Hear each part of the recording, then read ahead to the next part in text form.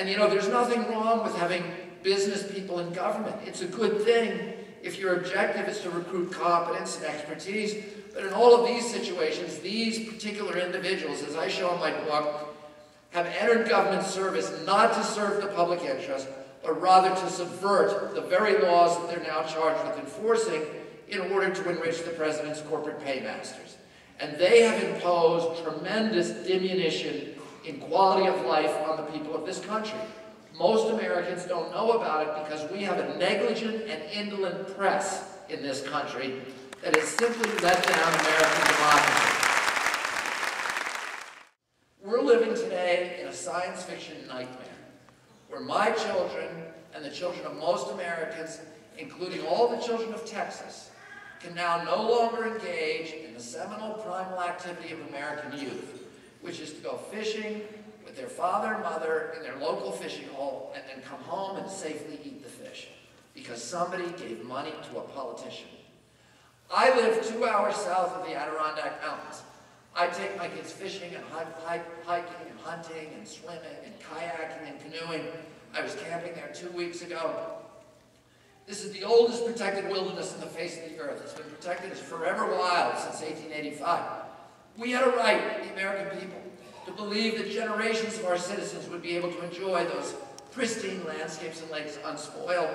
But today, 1/5 of the lakes in the Adirondacks is sterilized from acid rain, which is coming from those same coal-burning power plants and which also, incidentally, has destroyed the forest cover on the high peaks of the Appalachians from Georgia all the way up into northern Quebec. And this president, having accepted $156 million from that industry, has put the brakes on the statutory requirements that they clean up the acid rain. And as a direct result of those rollbacks, EPA recently announced that this year, for the first time in the 30-year history of the Clean Air Act, the levels of sulfur dioxide have actually gone up in America's air, an astronomical 4% in a single year. 2 weeks ago, I flew over the coal fields of the Appalachian Mountain, and I saw something that if the American people could see it, it would be a revolution in this country. We are cutting down the Appalachian Mountains with these giant machines called drag lines, which are 22 stories high. I flew under one of them in a Piper Cub. They cost $500 million for one machine, and they practically dispense with the need for human labor.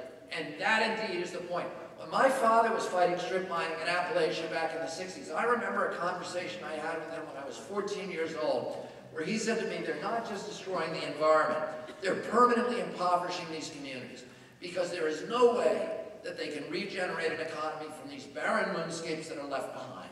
And he said they're doing it so they can break the unions. And that's exactly what they did. When he told me that, there were 140,000 unionized mine workers in West Virginia digging coal out of tunnels in the ground. Today, there are fewer than 11,000 miners left in the state, and almost none of them are unionized because the strip industry isn't. And, you know, they're liquidating this state for cash, okay? And they're using these giant machines and 2,500 tons of dynamite that they explode every day in West Virginia, a Hiroshima bomb every week. They're blowing the tops off the mountains to get at the coal seams beneath. These historic landscapes with Daniel Boone and Davy Crockett Rome that are so, you know, so much of our culture is rooted in those landscapes. And they're simply destroying them. If you go to Google Earth, on their homepage, you can do a tour of the mountains that are destroyed. 460 of the biggest mountains in the state are just holes in the ground now.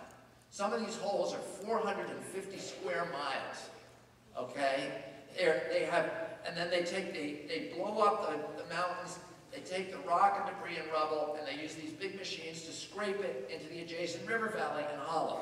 They bury up the hollows, they bury the valleys, they bury the rivers, they flatten out the landscapes. They've already buried, according to EPA, 2,500 miles of American rivers and streams.